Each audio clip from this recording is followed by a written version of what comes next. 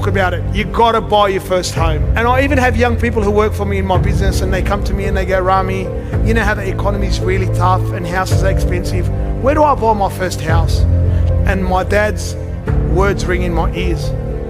Start a business, because a business will buy you a home. So while everyone is out there fighting for a home, maybe we should be fighting for a business. Maybe we should be starting a small business. That is the secret. Why work hard? And how did you learn how to do that? With me, I never see anything as a problem. I just go, if I want that to work, or if I want to do that, I can do that. And no one can ever tell me no. And like, I don't know, I've just always had that. So like, even when I was fighting Joella, people were like, there's no way you're gonna fight Joella. JJ, I was one of them. Yeah. God, I swear to God, I was like, Joe Weller, strong, strong, young, like angry guy. Fight him, let alone beat him, stop. Like, what are you doing? Yeah. And then everyone saw me, how like dedicated and like focused I was. They were like, holy shit. But So let's say you own a pencil factory, I'm a worker in that pencil factory. But without me, and presumably many others like me, to assemble the pencils, all you would have is a pile of wood, yellow paint, graphite, rubber, and aluminum. The owner of the factory carries the risk, therefore he gets the benefit. The workers in the company you mentioned, if that company were to go bankrupt, they would carry the risk as well as the benefit. If the company goes bankrupt, and this guy has to pay off all of his debts, the worker may lose his job, but he's not the one who's going to incur the debt of having gone bankrupt. Okay, it is the investor who pays the downside, who invested in all the machinery, who sunk millions of dollars into making your labor productive. Because guess what? Your labor is without that machinery. Gunk. Nothing. You don't have a pencil to put together, you don't got the wood, you don't got the paint, you don't got the rubber, you don't got the metal, you got nothing. Right? You're sitting there, standing outside, twiddling your thumbs. It required somebody to invest, who do you think put more in? The guy who spent millions of dollars buying all the machinery, leasing the place, making sure there was a management structure, doing the LLC formation, making sure all the tax code was in compliance, or you standing outside because you can stick a piece of graphite into a piece of wood? Oh, see, you can't. If you want to hire great people and have them stay working for you, you have to let them make a lot of decisions, and you have to be run by ideas, not hierarchy. The best ideas have to win. So, otherwise, good people don't stay. But you must be more than a facilitator who runs meetings. You obviously contribute your own ideas. I contribute ideas, sure. Well, why would I be there if I didn't? There are two things that I think that great leaders need to have: empathy and perspective. And I think these things are very often forgotten. Leaders are so often so concerned about their status or their position in an organization, they actually forget their real job. And the real job of a leader is not about being in charge, it's about taking care of those in our charge. My dad always said that regardless of what you do in life and where you go, respect is going to be given when it's earned, and you have to go out and earn it every single day. He would get up at usually 5:30 in the morning, and he would say, if I get up, you're going to get up too. He would drag me to the gym. And by the way, I'm 5 years old, and he would drag me to the gym. Yes. And I wouldn't work out, but he would just make sure that I was there and be with him, and that was our time that we could spend together. The happiest people are not always the most successful people, but they're the ones who serve the best. If you will help people get what they want, then you'll receive everything that you need in life. All the time they go, I want more money. Fine, here's $1, get out of here. Very often you're getting what you're asking for, you're just not aware of how general you're asking.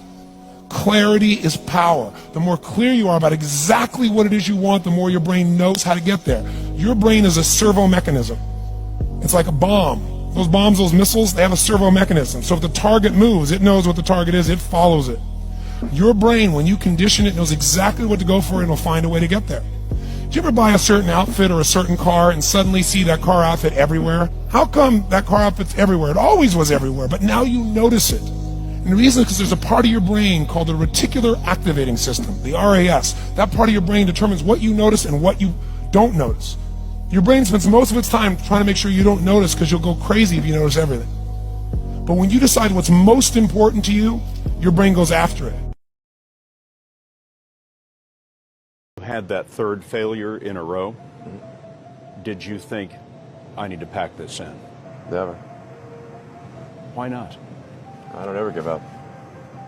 I mean, I'd have to be dead or completely incapacitated.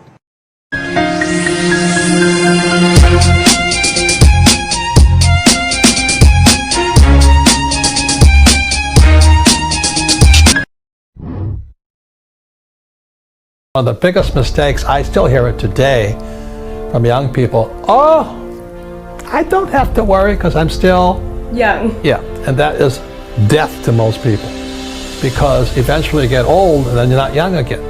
So it's a way of saying, when I talk about assets and liabilities, one of the most important things you have in your life is time. It's one of your greatest assets, or it's your liability.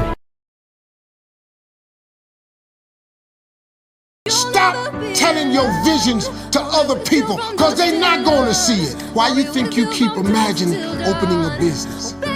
Why you keep imagining graduating, getting a better job? Why do you keep imagining buying a house? Why do you keep imagining driving a really nice car? Why do you keep imagining getting rich one day? Why do you keep imagining that? Because God is talking to you. He's showing you something that He has for you. Is it more important to do what you love or love what you're doing? If you're an intelligent person, you will try to do what you love most. But if you're a genius, you will do just what is needed.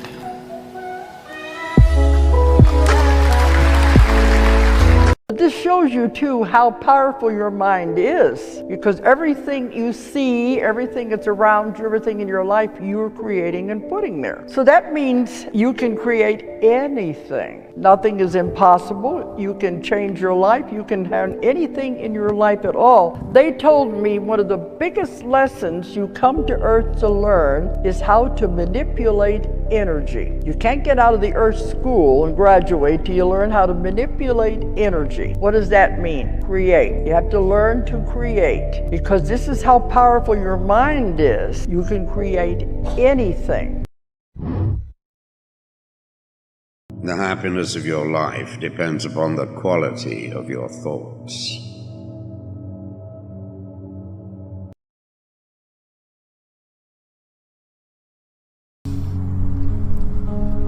Sing. You said song, top of 1, 2.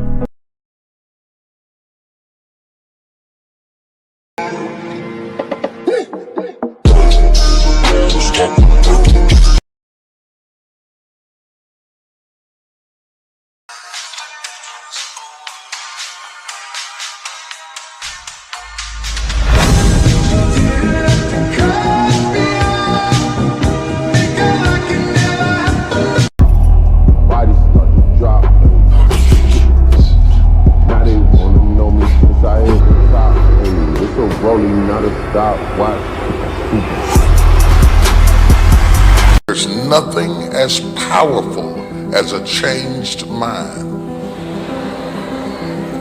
There is nothing as powerful as a changed mind.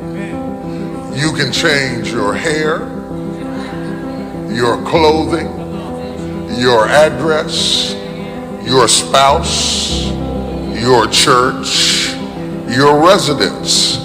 But if you don't change your mind, the same experience will perpetuate itself over and over again, because everything outwardly changed, but nothing inwardly changed. There is nothing as powerful as a changed mind.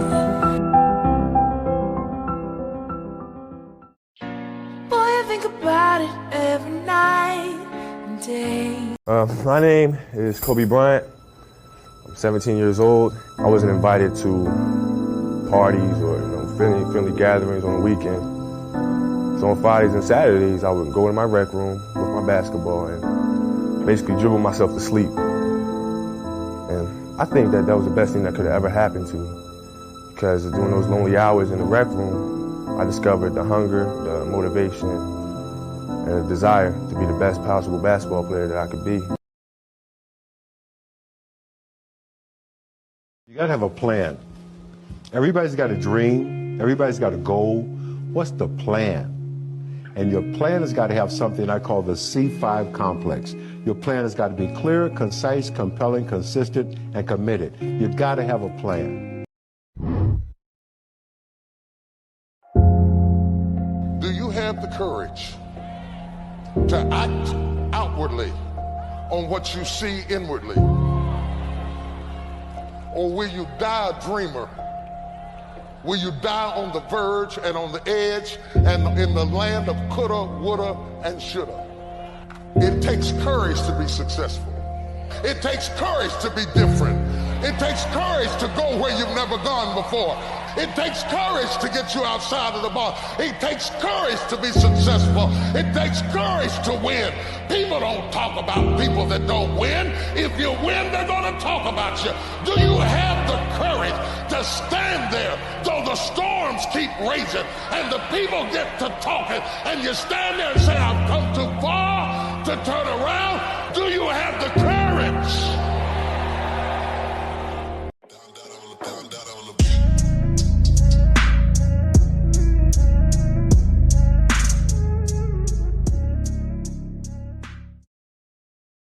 Every single one of you who is struggling right now, you need to understand this. What you're going through right now is necessary. What do you mean it's necessary? It's necessary because what's happening right now is you are forging the fucking skills. You are forging the determination. You are forging the grit. You are forging the fortitude. You are forging all the fucking things that nobody else is gaining because they're sitting on their hands and you're willing to push through. This fire you're feeling, this pressure you're feeling, this frustration you're feeling, this is what is going to make you into the weapon that you are going to become that will then build the life that you are out to build. You have to train your mind to be stronger than your emotions, or else you'll lose yourself every time. When I'm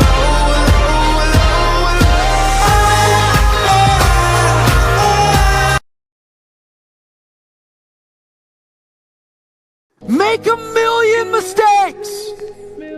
Just quit wasting your energy making the same mistakes. You have to make a decision that I will learn from this thing. I've resolved in my spirit, in my heart, that every experience is my education. Experiences is education. So the good experiences and the bad experiences, I'm going to learn from that, and I'm going to discover the opportunity for me to grow and for me to get better. I'm telling you, I've already made up my mind that I know I will fall down. I know that I will stumble, but I already see myself getting back up. Therefore, I'm never down. I'm either up or getting back up. Can I get a witness at 6 p.m. tonight who's decided I'm going to learn? You have to want something so big that it wakes you up in the middle of the night. You have to want something so big that you think about it all the time. No matter what happens to you, it ain't over. It ain't over. Ain't no such a thing as over. As long as God wakes you up, that means he ain't through with you yet. You got a shot to correct it and get it right. Sit up, never like you know it's special packet with the automatics. We gon' send them to heaven. Wait.